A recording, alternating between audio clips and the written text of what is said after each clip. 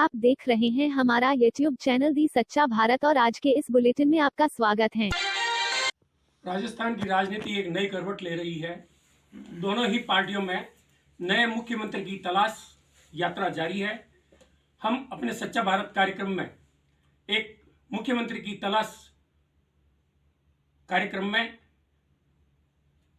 राजस्थान की राजनीति के चाणक्य श्री चंद्रराज जी से जानना चाहते हैं, राजस्थान की इस नई सुगबुगाहट, नई खोज मुख्यमंत्री की इस कार्यक्रम में मैं आपसे जानना चाहता हूं कि राजस्थान की राजनीति में नया बनने वाला मुख्यमंत्री दोनों ही पार्टियों में संभावित कौन कौन हो सकता है। हमारी नज़रों में वसुंधरा राजे, गुलाबचंद कटारिया, सतीश पूनिया, गजेंद्र सिंह शेखावत, ओम माथुर, ओम बिड़ला, ये बीजेपी के संभावित उम्मीदवारों में से हैं। इनमें से गुलाबचंद जी कटारिया 80 साल के हैं, इसलिए उनकी दावेदारी के आप क्या मायने निकालते हैं? असंभव है।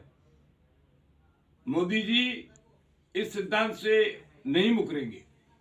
हालांकि पहला क्लेम गुलाबचंद कटारिया का है, संघ के प्रति निष्ठावान, ईमानदार, चरित्रवान।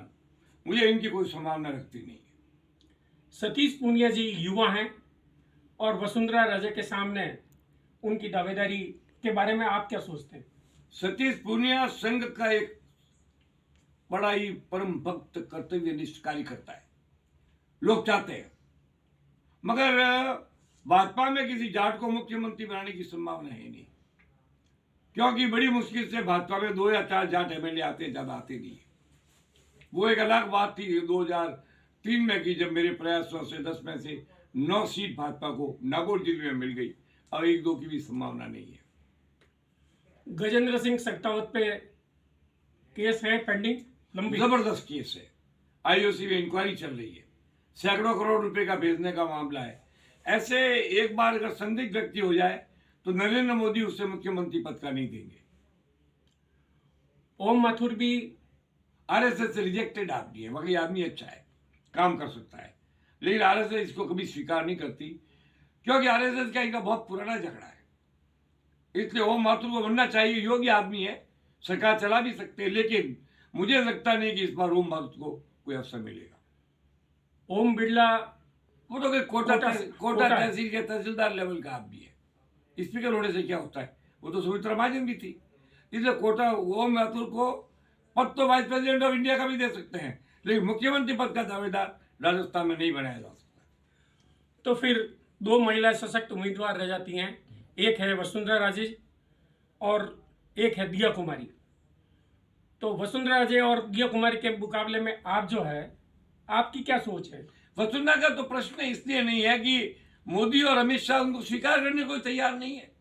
यात्रा का विरोध किया है, पूरी यात्रा में एक भी संघ का कार्यकर्ता नहीं है। अगर मोदी और वो मान ले अमित शाह तो वसुंधरा निर्विरोध उम्मीदवार है। दिया कुमारी में लांछन नहीं है, वो इससे बड़े घर की रानी है, ये छोटी रानी, बड़ी रानी। राजपूत भी चाहते हैं, सब सारे राजपूत राजे महाराजे उनके साथ है। अगर दिया कुमारी को विचाराधीन रखा जाए तो इस पर कोई गलती नहीं है। कांग्रेस में जो सुगबुगाहट है उनमें सशक्त उम्मीदवार है श्री सचिन पायलट, अशोक गहलोत, हरीश चौधरी, रघु शर्मा, गोविंद सिंह डोटासरा। इनमें अशोक जी वर्तमान में मुख्यमंत्री हैं और इनके बारे में आपकी क्या ओपिनियन? ये तो फ्लॉप है ना। मुख्यमंत्री तो है, पूरे मारवाड़ में 4 सीट नहीं है।